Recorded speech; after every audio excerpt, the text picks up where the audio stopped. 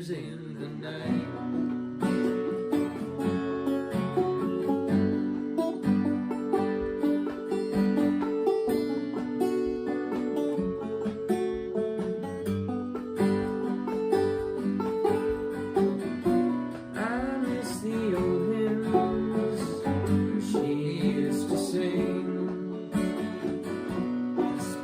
Spread their mortal wings. Now they've all divided, the silence of strings, like notes on the pages. She breathed life into all things. You could help me to share the trouble you got burning in you. You can help me, and in our time together, her memory will ever shine like golden embers in the night.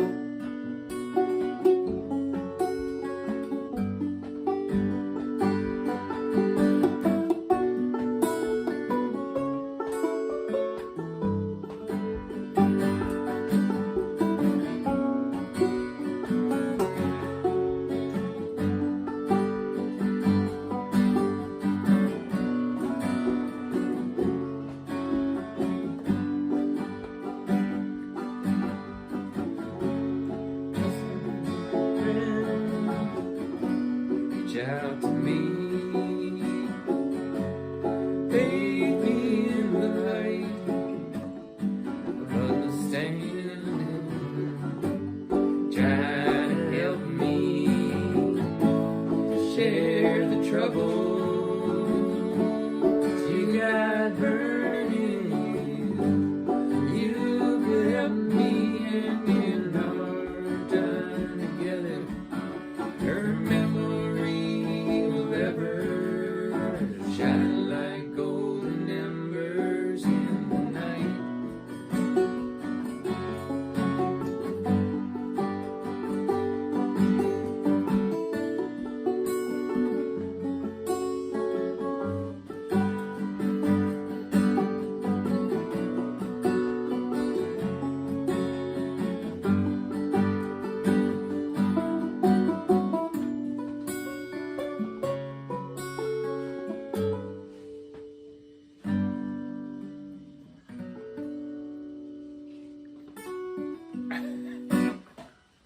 Sweet. Welcome, everyone. It is so good to be together this afternoon for our Fellowship for Today's Sunday service.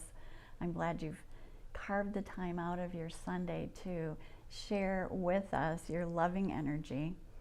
And I want to thank Leroy and Solomon for starting us off this afternoon with that wonderful song. It's always so good to see you both, and really wonderful to see you together singing. So thank you.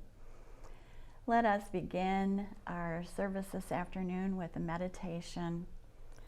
Just want to invite you all to close your eyes, and let's just bring ourselves into this present moment right now, laying down all of our cares of the day, cares of the world. Just lay them down during this time that we share together in meditation. And let's relax our bodies and take a couple breaths deep from within. Let's breathe in and breathe out. Just relaxing and dropping our shoulders. One more breath in and out.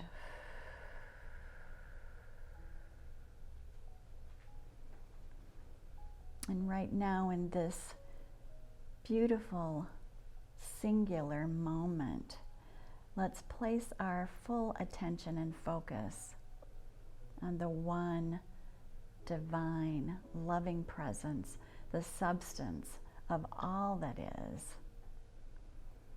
This vast, unlimited, unbounded oneness that we live have our being in.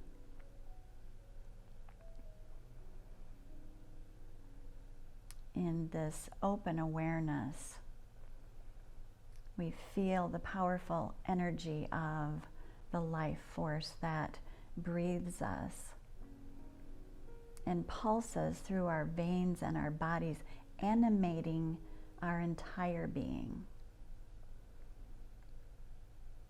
And we give thanks for a deep, deep knowing that the vitality and wisdom and peace of God is ours always. That miracles are our birthright. As we joyfully gather together in this wonderful spiritual community, we are one in love. So as we settle in to participate in this afternoon's service, let us be reminded to see, hear, and speak only with love.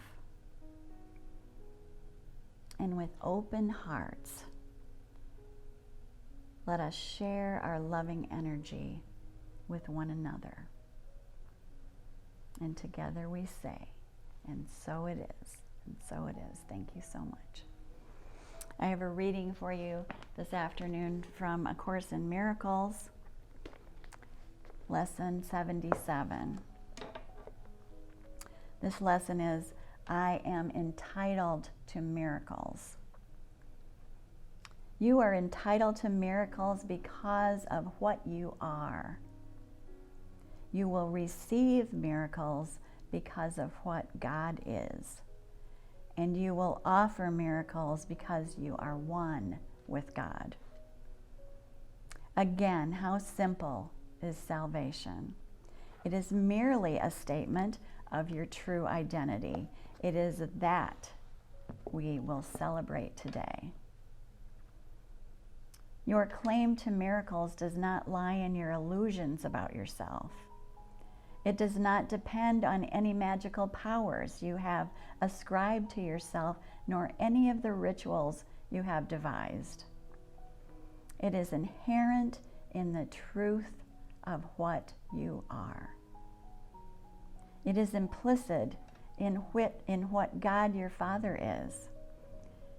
It was ensured in your creation and guaranteed by the laws of God. Today we will claim the miracles which are your right, since they belong to you. You have been promised full release from the world you made. You have been assured that the kingdom of God is within you and can never be lost. We ask no more than what belongs to us in truth. Today, however, we will also make sure that we will not content ourselves with less. Hi everyone, Julie again. I'm happy to be here today with the song by Bob Dylan, Blowing in the Wind. Very appropriate for our times.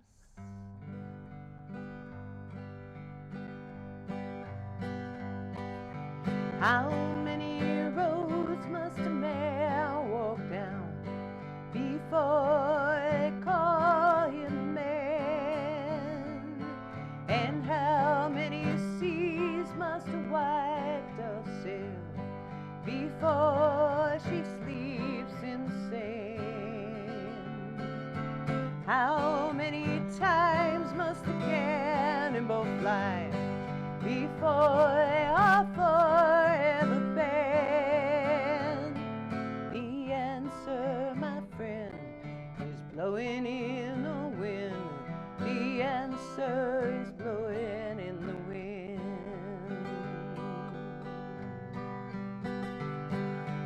How many years must a mountain exist before it is washed to the sea? And how many years can some people exist before they're allowed to be free? And how many times can a man turn his head and pretend that he just doesn't see. The answer, my friend, is blowing in the wind. The answer is blowing in the wind.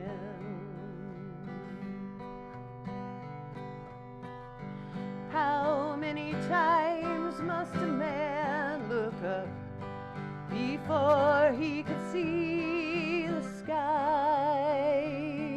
And how many years must one man have before he can hear people cry? And how many deaths will it take till he knows that too many people have died? The answer, my friend, is blowing in the wind. The answer is blowing in the wind. The answer, my friend, is blowing in the wind. The answer is blowing in the wind.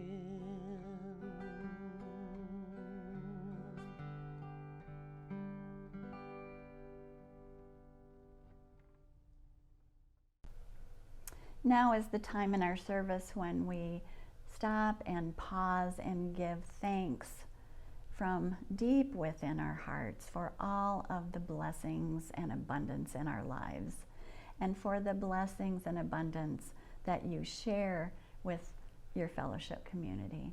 We are so grateful for all of your donations, and as they come into the fellowship, we know that they are multiplied for ourselves and for our community. So I invite you to read with me the blessing of our tithes and offerings. The light of divine love shines eternally, blessing and multiplying our tithes and offerings. I joyously give, knowing I always have enough to share and to spare. Thank you again for all of your generosity. This afternoon, I am so happy to introduce our speaker, our longtime fellowshipian, Richard Lassen, who in his quiet way imparts so much wisdom. When I think of Richard, the words that I think of are wisdom and thoughtfulness. When he brings a message to us, it is such a thoughtful message and so thoughtfully delivered. So we welcome him this afternoon, and let's just settle in and really listen to Richard's message this afternoon. Good afternoon. It's a pleasure to be back here with you once again. Thank you for the kind words, Mary. I hope things are going well for everyone as we're moving towards a new normal, and maybe it won't be long before we will be able to meet in person again. I would like to thank Samantha and Mary for all their fine work for making these live Facebook videos so that we can continue our getting together under these circumstances. Without their services, I don't believe the fellowship would have anything. So I'm grateful for their presence and what they do here. The subject of today's talk for me is going to be about reflections as it pertains to my time here at the fellowship. I have been a member here since the late 1990s. I was invited here by Sandy Rains. Maybe some of you remember her. She's the daughter of Tommy Rains and Max Rains. And she said, yeah, I think you might find this to be interesting, and I did. What I find comforting about coming here is that week after week we get the same message. It's basically the same thing, and I think it works like this for most of us, is that we need to have repetitiveness in our life in order to get this. It's like building new neural paths and being reinforced week after week about a similar message that is sometimes, at least for me, in contradiction to what I was raised with. As I look back on the things of the fellowship, what I liked most is that it challenged my concept of reality. As a boy, I was ingrained with a belief system that said reality was something that happened to you. It was outside, and I had to adapt to it. And after years of indoctrination from the church, from my family, and society in general, that belief system was elevated to an immutable truth. Not questioned. It's just the way it is. But later in life, I had lots of questions that came up that just couldn't be answered easily. And so I read the Bible in hopes of finding answers, and unfortunately, it led to a lot more questions. I sat down with my book and I wrote down the questions, and I must have had at least 50 of them. And some of them are, that I had that really questioned my belief system was, in the Lord's Prayer it says, "And lead us not unto temptation." And I thought to myself, is that what God does? Is we're asking him not to lead us into temptation? What type of parent would do that and then condemn their children for choosing poorly? I also had a question, is that why are all the kangaroos in Australia? If they all got off the boat, Noah's boat at the same time, you would think kangaroos would be everywhere. And there were other ones that were more serious-minded. And I wanted to know, as God's children, how do we discern in the Bible between God-sponsored genocide and everyday run-of-the-mill genocide? It didn't seem to be any easy answers. But as I grow older, I noticed that there is a difference between religion and spirituality. Religion is a belief system based upon other people's experience, whereas spirituality is based upon having your own experience. In many ways, it's so much easier to be religious than spiritual, with its well-defined constraints like the Ten Commandments and right and wrong, heaven and hell, sin and virtue. It's well laid out about what's okay and what's not. Alternatively, spirituality requires me to look within. The answers I seek are very personal to me and aren't necessarily applicable to other people or situations. I've learned that heaven and hell are states of consciousness that can be experienced right now. And every thought that I have takes me either closer to heaven or closer to hell. I often wondered how two people who could be sitting on a bus looking out on a beautiful scene and one person be in misery and the other one be elated. They're both experiencing the same thing visually, but it goes to the core of their belief system that they bring. So back to this idea about changing reality. When I taught for the Lansing School District, I worked in a special education room for several years, and every year we did a vision board with the kids, and they were ages from, say, 6 to 12 years old. And we got a piece of cardboard out for them, placard, and they would cut out pictures in magazines of how they wanted their life to look in 20 years. And every student, bar none, all wanted a great life. They all wanted a great home, an attractive spouse, nice things around them, affluence of every type. But in and of themselves, that does not create a great life. And we would talk about the elements that have to be the foundation that go to have all those things. Because if those things were the things that made us well and happy, the people with the money and all the nice stuff wouldn't have problems, and I don't believe that to be the truth. But here at the fellowship, we talk about building the foundation, the cornerstones of well-being, and I wrote down 10 items that I came up with. There's probably more, but these were the 10 that I thought were the most germane. I'll try to go through them quickly. Number 1, our thoughts are prayers, and we are always praying. The question would be, is what are we praying for? Lucille Song also says, take charge of what you're saying. But I would add, take charge of what you're thinking. which leads to number 2. Thoughts become things. Everything starts as a thought. As I stand here and I look about, I see a camera and a podium. All of those creations started as a thought. Number 3, the past and the future do not exist. The only thing that is real is this present moment. Number 4, there is but one loving presence that is available to us 24/7. Number 5, the answers to my problems lie within. I need time to grow spiritually. There at the fellowship, we teach about seek a higher consciousness, a place of peacefulness. And I believe that this is where our real strength comes from. The answers are within.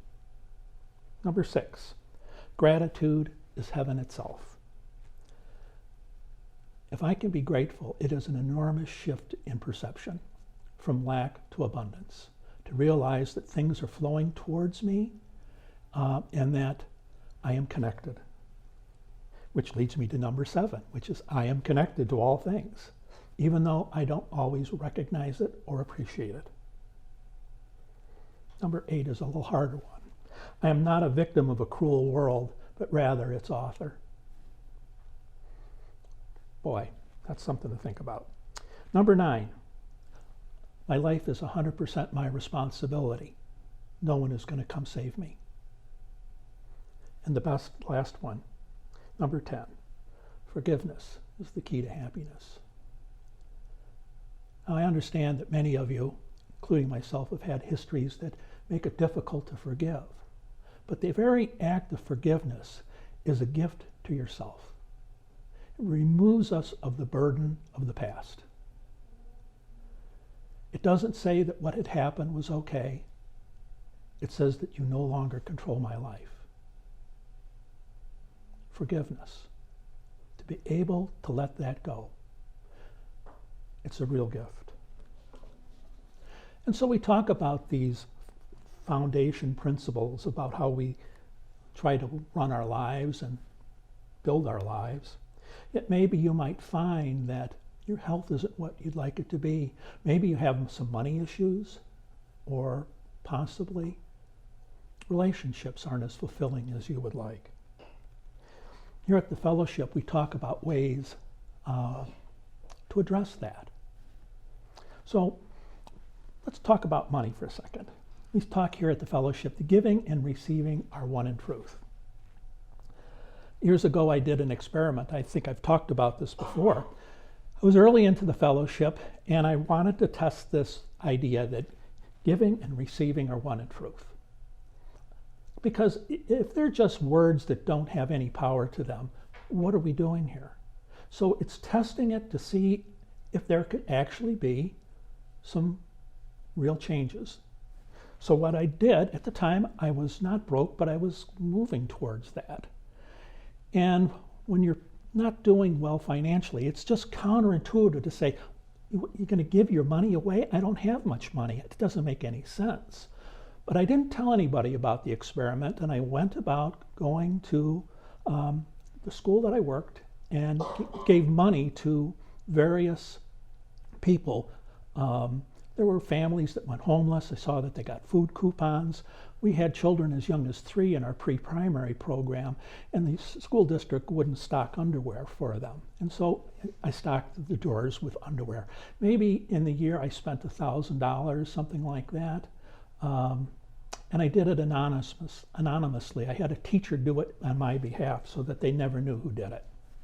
And to be honest, the first 3 or 4 months, there was no real change. But shortly thereafter, things really started to shift. I mean, it was like I had never seen affluence like that before. I started my own company. We're now traded on 5 different stock markets. I have never, the people I work with just say, well, you were just really lucky. But I noticed the relationship between the experiment and the result. And I have to draw to the conclusion is that my thoughts about money were creating the exact situation I was experiencing. And if I'm stingy with my money, I end up experiencing stinginess. It's a great experiment. So the fellowship offers means of tithing. And I know that this is, a sensitive topic. But if you want more in your life, you need to be able to help others. And to do that through tithing is a great way. The fellowship also has a page where we're doing a garage sale, where we have things for sale. If you have things to donate, think about donating some excess things that you have in your house so that the fellowship may benefit. Let's talk briefly just about health. And I don't think we can have an honest discussion about health unless we have discussion about diet and exercise. And the fellowship offers methods for us to do that. Julie Dillon offers classes online doing yoga. And this is a wonderful way of getting some exercise. We must work our bodies. They're biomechanical machines, and they need to be exercised. And I understand that most of us are in a wide array of fitness, but this class is very gentle, and she offers different options based upon your fitness level. Sue Quinn also offers doing a monthly walk over at Woldemar, and there's nothing more healthier than to get out into nature and walk. The other thing that I want to talk about health is that what I've been doing, and here at the fellowship we're talking about putting on our webpage a link about how to give blood to the Red Cross. I have done this twice this summer, and I find this to be an absolutely wonderful experience. And I can almost feel you out there saying, "Oh, I do not want to do that." It's not as bad as you think. But there's something altruistic in the unselfish giving of yourself to someone that you don't even know, with no strings attached. My blood could go to a Democrat or a Republican, a man or a woman, straight or gay. It doesn't matter. It's my statement. It's the very act of giving life, stating that I believe that all lives matter. And I can't think of a more altruistic thing to do is by giving health to someone else. So those are options that are available to us. How about relationships? Well, we work here at the fellowship, and we've recently put together a community garden. And the garden is, 20 feet by 25 feet. It's over at North Elementary School. We have 14 volunteers. We have about 7 teams of 2, and they go out once a week or twice a week and weed and water, and we get to come together and grow things. And there's just something spiritual about watching seeds grow. Of course, there's also the garden of our mind, which is very similar in many ways. What would you like to grow in the garden of your mind? What would that look like? How would that feel? Everything you hope for, in my opinion, is possible. I have a story to tell you about how a seed changed everything. Years ago, back in the early 1900s, 1928, a middle-aged man went on vacation and left his window open in his workshop. Because of this innocuous little event, the world was forever changed. Let me explain. During World War II, tens of millions of people died, and it is estimated that 25% of those that died from bacterial infections. Alexander Fleming was a researcher. He researched bacteria. And he was at his workshop, and he had petri dishes laid out, and he had swabbed them with bacteria. He went on vacation, left the window open, and during his absence, a spore, a seed, floated through that window and landed on one of those petri dishes. When he returned, he found that on all the petri dishes, the bacteria was flourishing well, except for the one where a mold colony was now growing, and it had killed all the bacteria. He wrote a professional paper about this, citing that this might be a treatment for bacterial infections. This started the process. It didn't change overnight. He had to identify the actual mold spore and then try to get that, and he found it difficult creating enough quantities of it. He wanted to get more research money, but in the 1930s, Europe was moving towards war and there wasn't money for research. So he approached, in 1940, the Pfizer company here in the United States, and they decided that they would take a chance, that they would try to commercialize this idea that he had. And to give you an idea of what had happened in 1940, they were able to commercialize it to the extent that by 1943, they had produced, in the first 5 months, 650 million units of penicillin. By the end of the war in 1945, they were producing 450 billion units of penicillin per month, resulting in hundreds of millions of lives being saved. To give you an idea of exactly the impact that that seed had upon mankind, life expectancy for white men in 1900 was a mere 47 years old, and only 12% made it to the age of 65. For African American men in 1900, the average life expectancy was 33 years, and only 10% made it to the age of 65. Today, the average life expectancy in America is 78.5 years, largely because of this seed that came floating through a window. And lastly, how do we improve our life situation? And I think that we do that through kindness. It would be interesting if all our religions followed this mandate of kindness. The story that I have is about Franz Kafka, the author, a 20th century author. He wrote about this, and he was a troubled man. He died young, he never married, had no children. In the later years of his life, he was walking through a park in Berlin and ran across a little girl who had lost her favorite doll. She was crying, and together they went and searched the park for the doll without success. So he said, "Come back tomorrow and we'll continue our search," which she did, and they did look without success.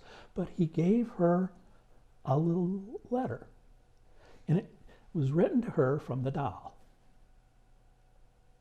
And it said, "Please don't cry. I went on a journey to see the world. I will write you about my adventures." Thus began a story that continued for quite some time, where he wrote her regularly about his adventures and conversations that he had, and the little girl found those letters adorable. One day, he finally returned to Berlin. He met the little girl and brought her a doll. She looked at it and says, "That doesn't look like my doll at all." And he handed her a little note written from the doll, and it said, "My travels have changed me." And she hugged the doll and happily took it home. Shortly thereafter, Kafka died. And many years later, the girl, now an adult, was looking at that same doll and found that he had tucked a note inside the doll. And in tiny letters, signed by him, he wrote this: "Everything you love will probably be lost, but in the end, love will return to you in a different way." In conclusion, this is what I've learned. It will never rain roses. If I want more roses in my life, I must plant more roses. So tonight, leave your window open, and who knows what seeds may enter your home. It could change everything. So let's take this time and do a meditation together. Get yourself comfortable in your seat, with your feet on the floor. Maybe close your eyes. And let's take some fellowship breaths together. Let's inhale and exhale. 2 more.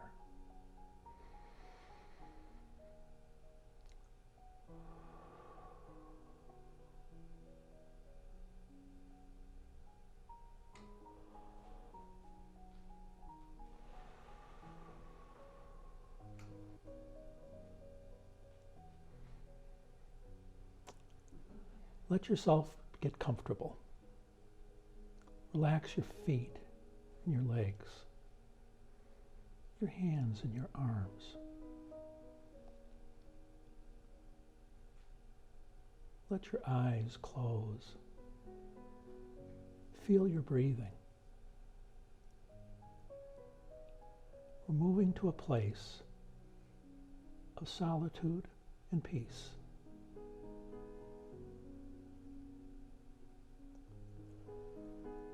When thoughts enter our mind, we just observe them like clouds with no judgment.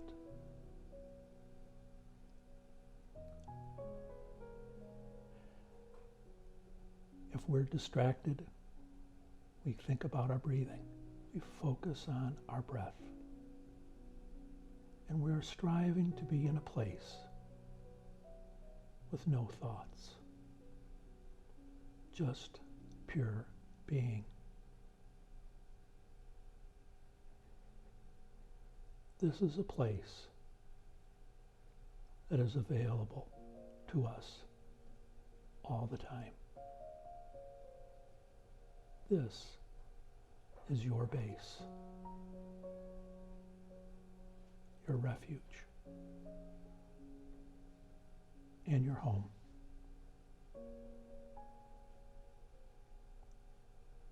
Feel the connection with all things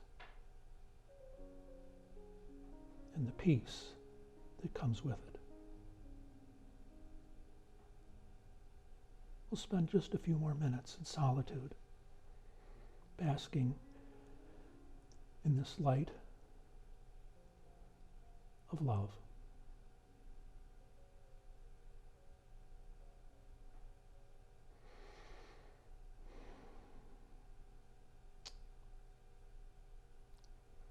You can open your eyes. Thank you. Today's song is called I've Turned the Page.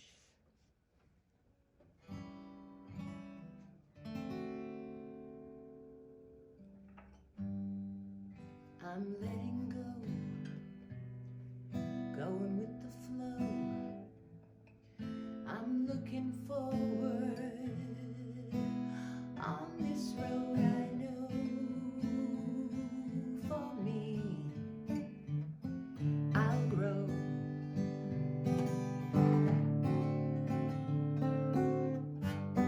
Let go of pain, my mind's rearranged. I've turned the page, and I've entered a new stage. You see, I've changed.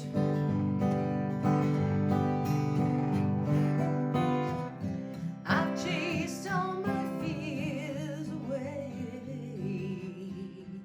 faced all my pain, slayed the dragons and the dark of night, stand and face a brand new day, trying to make my way, starting each new day with a guiding ray, connecting to the vast array of all I see. With thanks I pray.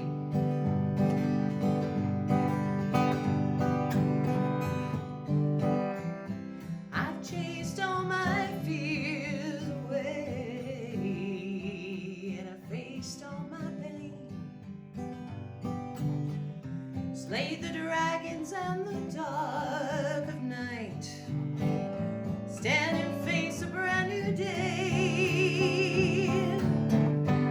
So many lessons learned, yet so much in return. Although I did get burned, burn. It's from the ashes I discern the true me. I've turned the page, I've turned the page, yeah, I've turned the page. No looking back, I've turned the page.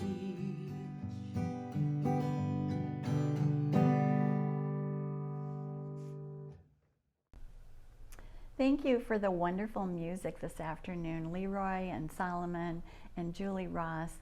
Your music is just inspired and comes from your heart. We all can feel it. So thank you again for sharing with us. I also want to thank our wonderful speaker this afternoon, Richard Lassen.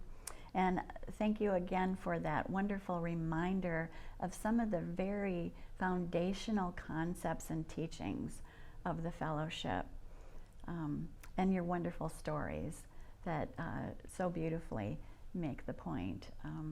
I love the story about the doll and how someone just took the time and the love to nurture that young little girl and allow her to experience the world through her doll, who was off on an adventure. So thank you, Richard, so much. And thank you to all of you for joining us here and in our spiritual community. It's so good to be together. It warms my heart. I hope it does yours as we just take an hour out of our Sunday to put down everything that we're doing and come to our fellowship Facebook page and just participate with our loving community. We do have one announcement. The Waldemar Walk with our Reverend Sue Quinn is coming up August 1st, so put that on your calendar. Reminder that a shorter walk and a longer walk will be provided, so for those of you who don't want to make the long trek, you can take the shorter route. And let's also be aware that, you know, this is the last week of July, and so let's really consciously and intentionally enjoy the rest of our summer. And this is one way that you can get out and get some exercise.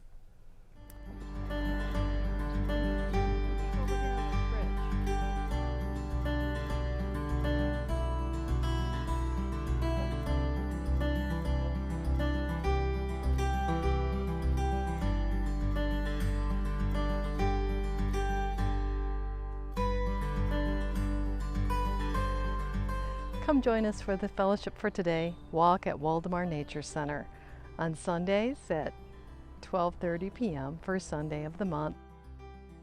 Everyone's welcome. Hope to see you.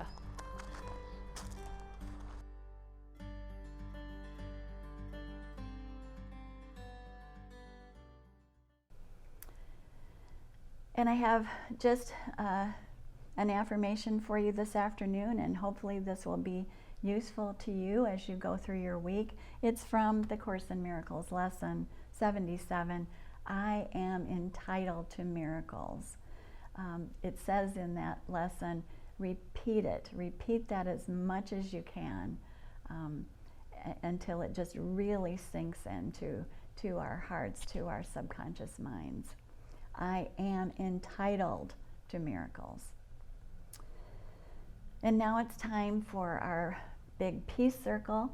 Let's stand up if you're able and sing out loud together, just remembering our time together in our in-person services when this beautiful peace circle is just a special closing for our service. We'll sing our peace song and read the closing blessing together that will be on the screen. Again, thank you so much for being with us today, for all of your comments and interactions with each other. We look so forward to seeing you next Sunday.